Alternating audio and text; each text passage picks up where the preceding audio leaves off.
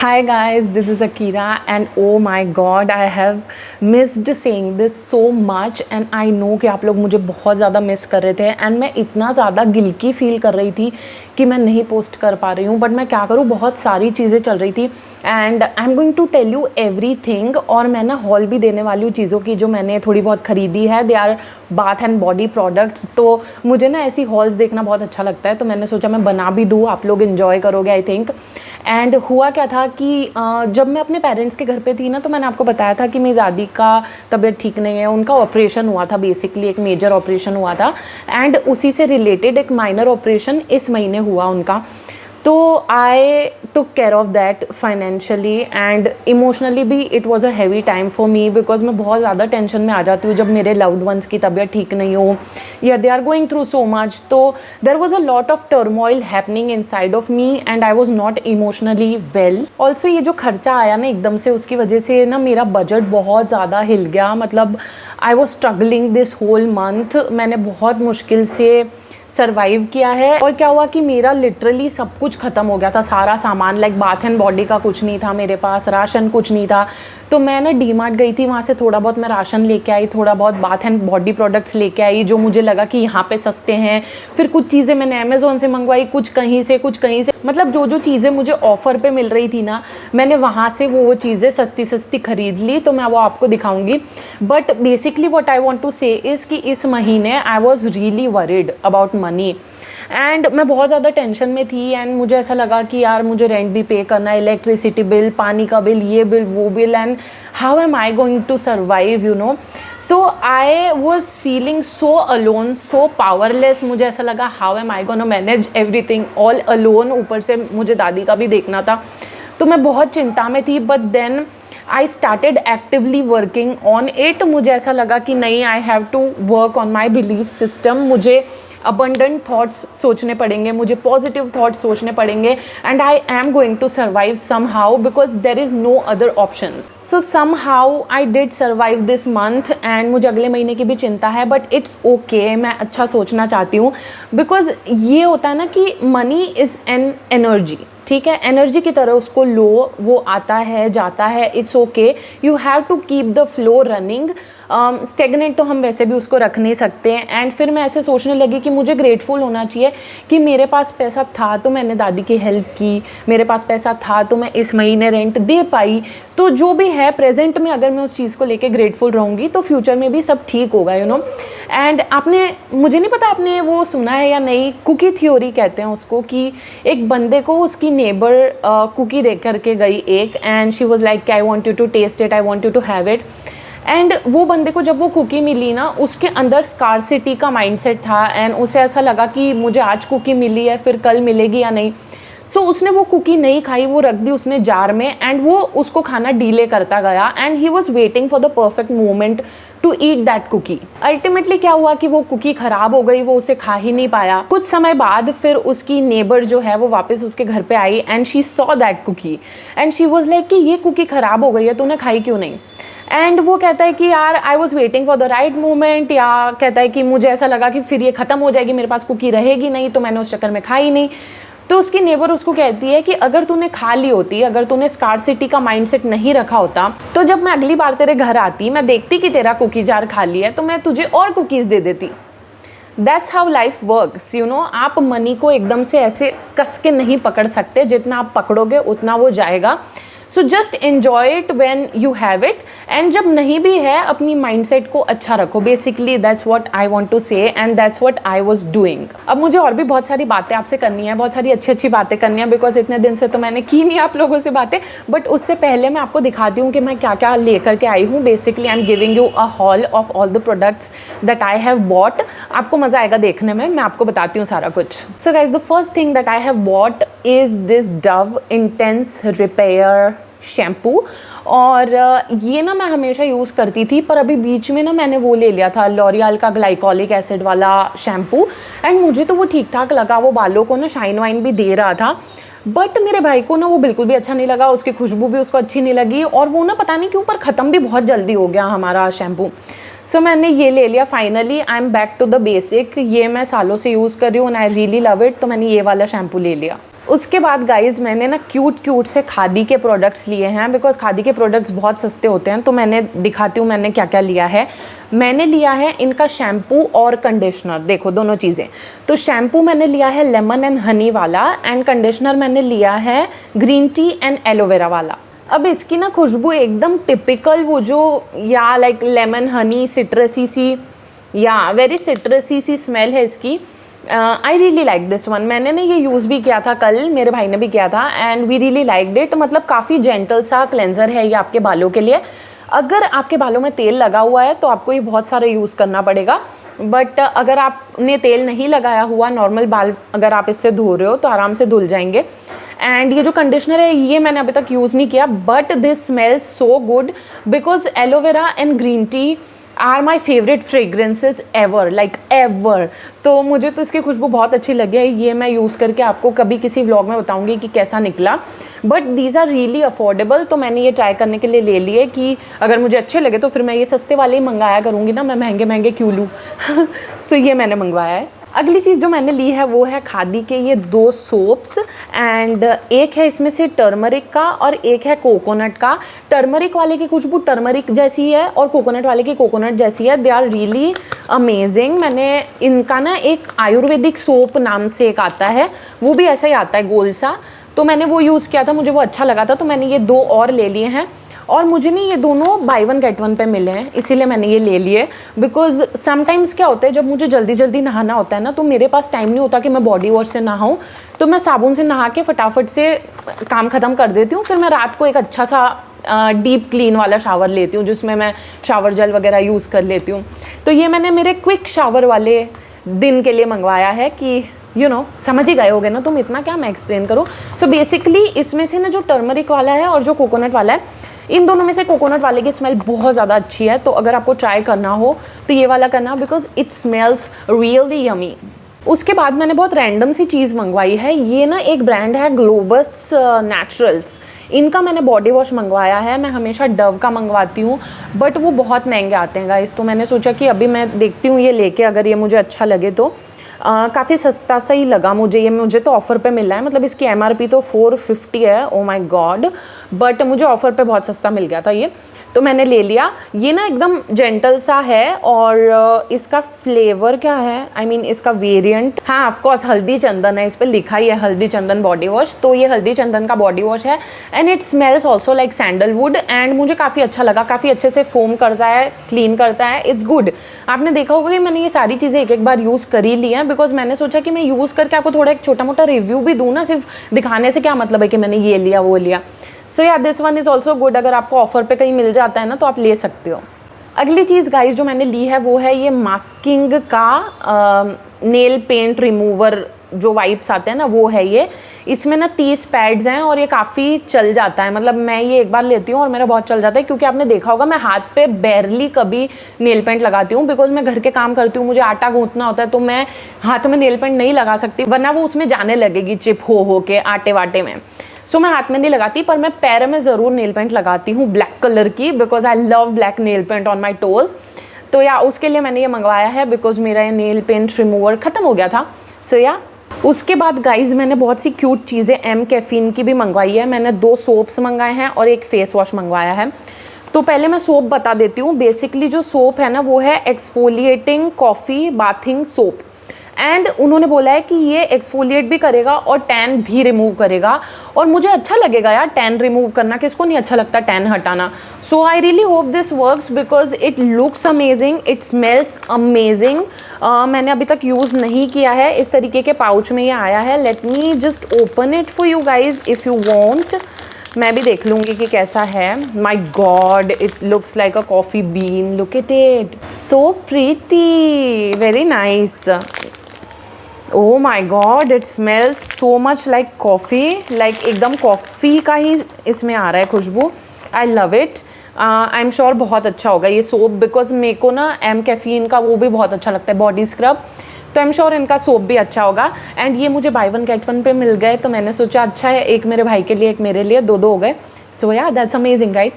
उसके बाद मैंने एम कैफीन का ये फेस वॉश भी बुलवाया है। ये है 1% kojic acid daily brightening face wash with glutathione and C complex. And ये कह रहे हैं कि इससे डार्क स्पॉट्स और पिगमेंटेशन सही हो जाएगा और ब्राइटन होगा आपका skin tone, even skin tone आपको मिलेगा and everything like that. So I really hope this works. आज मैंने जब मैं अभी नहाई थी ना, मैं अभी नहाई थी थोड़ी देर पहले और मैंने ये यूज़ किया था।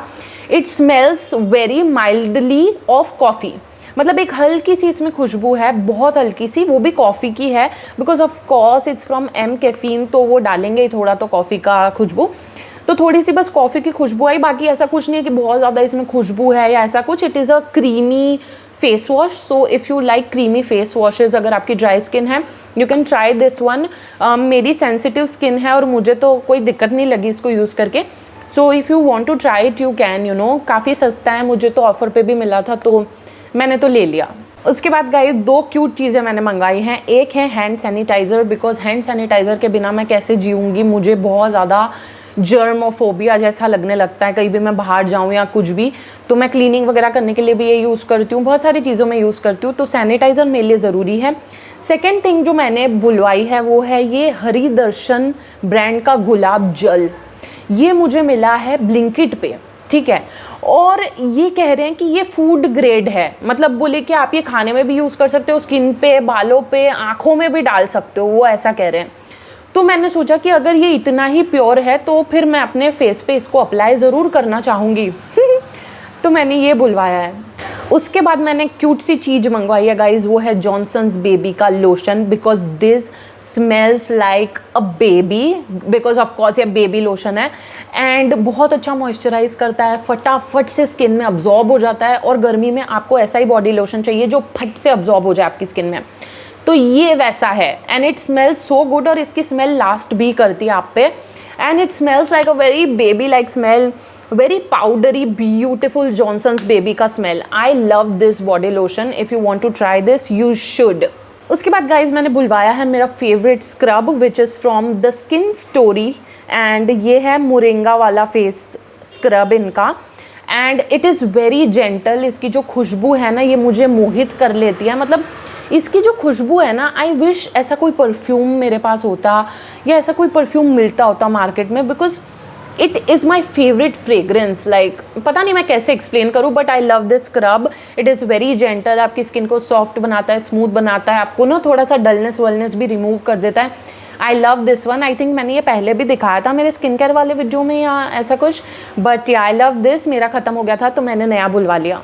उसके बाद बची है गाइस सिर्फ 3 रेज़र जो मैंने मंगवाई है, तो इसमें से ना 2 जो है वो है bikini razor. One is from the brand Human and one is from the brand Let's Shave EVOR, ठीक है। ये दोनों बिकिनी रेजर्स हैं, एंड बिकिनी लाइन के लिए आपको बिकिनी रेजर्स ही लेनी चाहिए जो स्पेसिफिकली वहाँ के लिए बनी हो, बिकॉज इनके ना हेड्स जो होते हैं वो स्मॉल होते हैं, तो it is very easy to work with them. And इनमें ना सिंगल ब्लेड होती है, तो आपको जो है आपके वेजिनल एरिया के लिए हमेशा सिंगल ब्लेड रेजर्स ही यूज़ करनी होती है। तो यार ये दोनों रेजर्स मैंने मंगवाई है ट्राई करने के लिए। मैं देखूँगी दोनों अच्छी हैं या दोनों में से जो भी अच्छी होगी मैं आपको रेकमेंड करूँगी, यूज़ करके बताऊँगी। देन मैंने ये मंगवाई है एक और प्लश की फ्लॉलेस फेस रेज़र, बिकॉज़ ये मैं कई बार अपने आईब्राउज़ वगैरह के लिए यूज़ कर लेती हूँ, कई बार मेरा भाई भी यूज़ करता है उसकी दाढ़ी वाड़ी को लेवल वगैरह करने के लिए और एक्स्ट्राज हटाने के लिए। सो मैंने ये भी मंगवाई है, एंड दैट्स इट। ये सारी चीज़ें थी जो मैंने मंगवाई थी। अब मुझे बहुत सारी बातें करनी आप लोगों से, तो मैं वो करती हूँ। सो गाइज अब मैं आपको बताती हूँ मेरे साथ क्या चल रहा था, what was happening all this while, because you guys were so curious. आप लोग मुझे कह रहे थे कि हमें बहुत चिंता हो रही है आपकी, इज़ एवरीथिंग ओके, क्या हुआ, आप क्यों नहीं पोस्ट कर रहे। So all of this was happening. Let me tell you क्या क्या हो रहा था।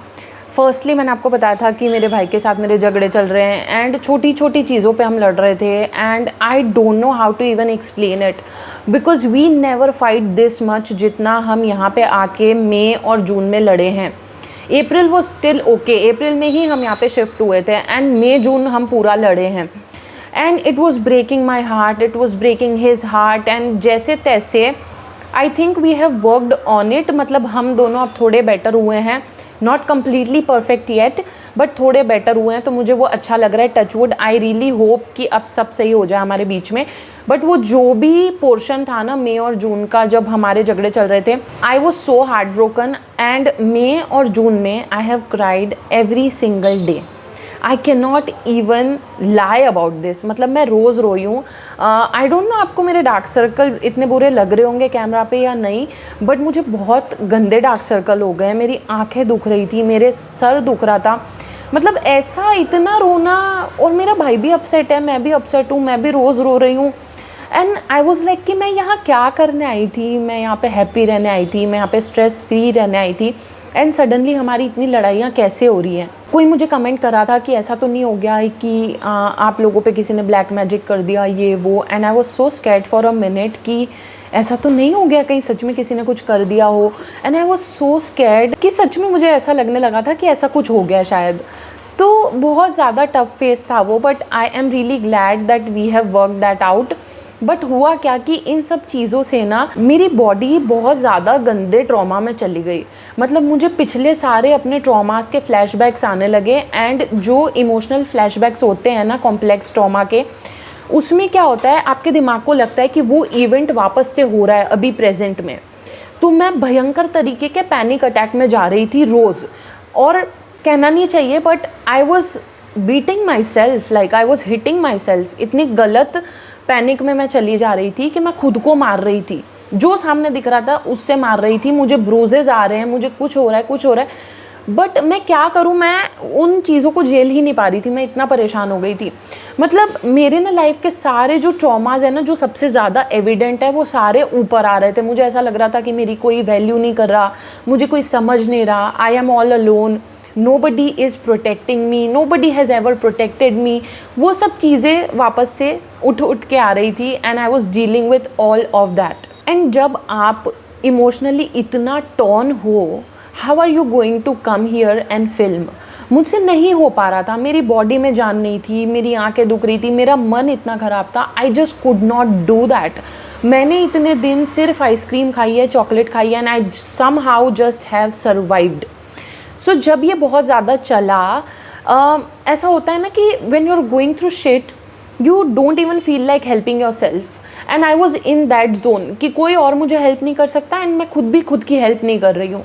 But then I actively started working on it. मैं उस चीज़ के पीछे पड़ी, and I was like I have to become better so that I can post every day, so that I can feel better। So what I started doing was I started doing puja regularly, properly, क्योंकि यहाँ पे आने के बाद properly नहीं हो पा रही थी। मतलब 3 दिन होगी, फिर 1 दिन गैप आ जाएगा, फिर 4 दिन सही होगी, फिर गैप आ जाएगा, इस तरीके से पूजा का हो रहा था। So I made sure and I made it a point every single day कि मैं रोज़ पूजा करूँ। I was meditating every day।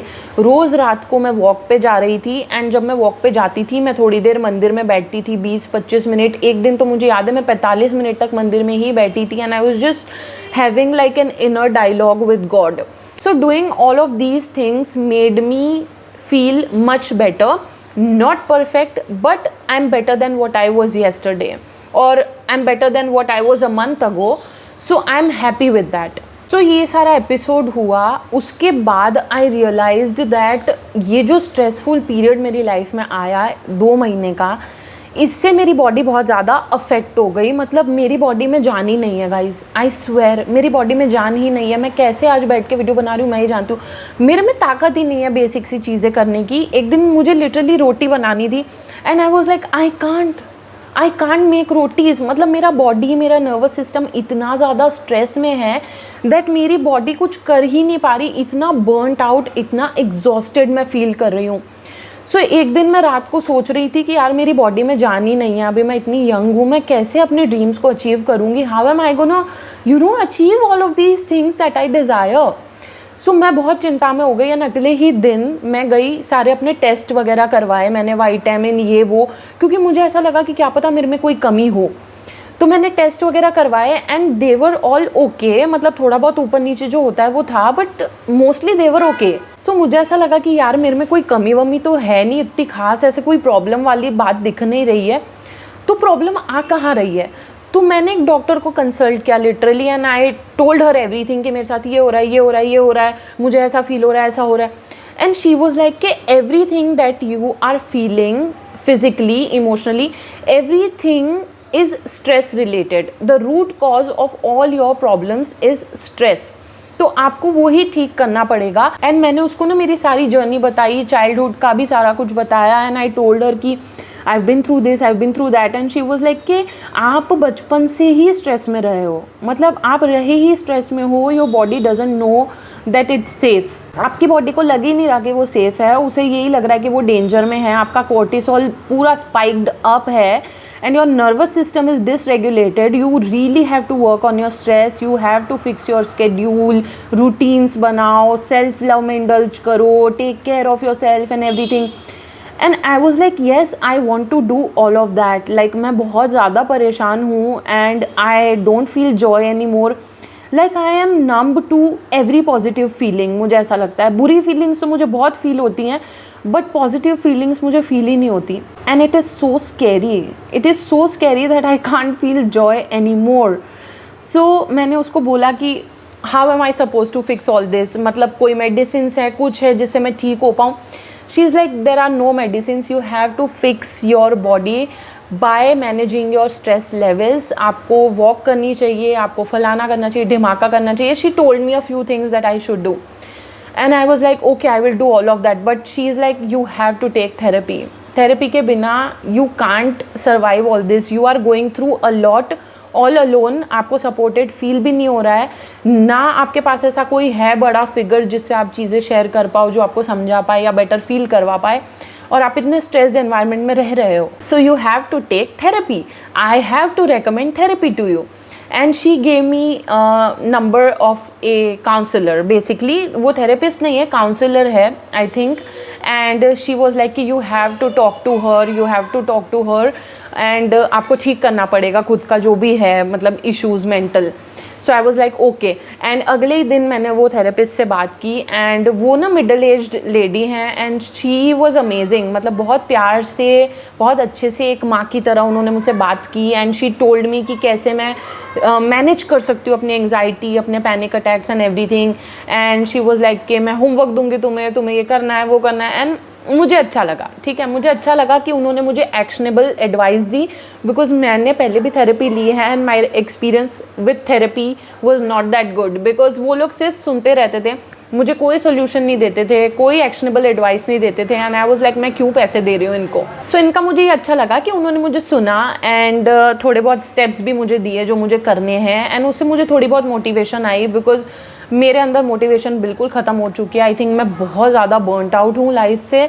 सो या थेरेपी भी मैंने ले ली, मैंने विटामिन्स के टेस्ट करा लिए, मैंने डॉक्टर को कंसल्ट कर लिया. Because I was so scared कि I might just never reach my true potential if I don't look after my body and my mind, you know. तो मैंने उस पर काम करना शुरू कर दिया. मेरा नेक्स्ट सेशन वापस है कुछ दिनों में and I am liking it. But therapy is really expensive and वो चीज़ मुझे बहुत खटक रही है. अभी मैंने सोचा है कि मैं 2-3 सेशन लेके देखूँगी मुझे कैसा लगता है. मैं आपको भी अपडेटेड रखूँगी कि मैं कैसा फील कर रही हूँ थेरेपी के बाद and everything. So yeah let's see how that works out. Also guys, इस बीच मुझे एक बहुत प्यारी बात याद आई कि आप में से काफ़ी सारे लोग ना मेरी व्लॉग से रेसिपीज़ लेके आप वो रेसिपीज़ बना रहे हो मेरी वाली, एंड मुझे बोल रहे हो कि वो बहुत अच्छी बनी and everything. And I was like in tears. मैंने कहा कि यार मेरी रेसिपीज़ लोग बना रहे हो और उन्हें अच्छी लग रही है. मतलब मुझे वो चीज़ बहुत क्यूट लगी. गाइज़, अगर आप ना मेरी कोई भी रेसिपी बनाते हो प्लीज़ मुझे बताना कि आपने वो बनाई और आपको अच्छी लगी. अगर आप फ़ोटो भेज पाओ मुझे इंस्टाग्राम पे तो प्लीज़ मुझे भेजना, मैं स्टोरी पे लगाऊंगी. मुझे बहुत प्यारा लगता है जब आप मेरी रेसिपीज़ ट्राई करते हो. And I have so many more recipes to share with you guys. मैं शेयर करती रहूँगी. I swear I want to be so consistent for you guys. But मेरा शरीर, मेरी बॉडी, मेरे सिचुएशन मेरा साथ नहीं देता. किसी का मुझे कमेंट भी आया था 2-3 लोगों का and they were telling me कि आप अनलकी हो, आपके साथ कभी कुछ अच्छा होता ही नहीं है. ना आपकी फैमिली अच्छी है, ना आपके फ्रेंड्स अच्छे हैं, ना आपका ये अच्छा है, ना आपका वो अच्छा है. आप बहुत अनलकी हो. अभी तो मैं हंस रही हूँ बट तब जब मैंने वो कमेंट्स पढ़े थे they kind of broke my heart and it made me think कि क्या सच में मैं अनलकी हूँ या क्या सच में कुछ अच्छा नहीं लिखा मेरी लाइफ में. Am I going to just suffer my whole life. I cried one day thinking about all this. मुझे ऐसा लगने लगा कि हाँ यार मैं अनलकी हूँ, मेरे साथ कभी कुछ अच्छा ना हुआ है, ना अभी कुछ अच्छा हो रहा है. पता नहीं, मैं बहुत ज़्यादा टेंशन में आ गई थी ये सोच के कि मैं अनलकी हूँ ऐसा वैसा. बट वॉट एवर जो भी है, जैसा भी है, जो मेरी किस्मत में होगा मुझे मिलेगा. All I can do is work towards my goals and dreams, and that's all I'm doing. So yeah guys, this was all that I was going through, this was all that I was feeling, and I know some of you think that I'm the strongest bitch out there, and I am strong, but being strong doesn't mean that I don't break. I do break, I cry, I get tired, I get angry, I get disappointed. I feel all these emotions, and if you're going through something like this, if you're going through something hard, please let yourself feel all these emotions. These are all the purges of the body, and it is a beautiful process. I mean, sometimes you have to feel it to heal it. So yeah, thank you so much for listening to me today. Thank you so much for allowing me to be me. I love you guys so freaking much that I might just cry right now. I love you guys. Okay, I'll meet you in my next one. Until then, bye. Love you.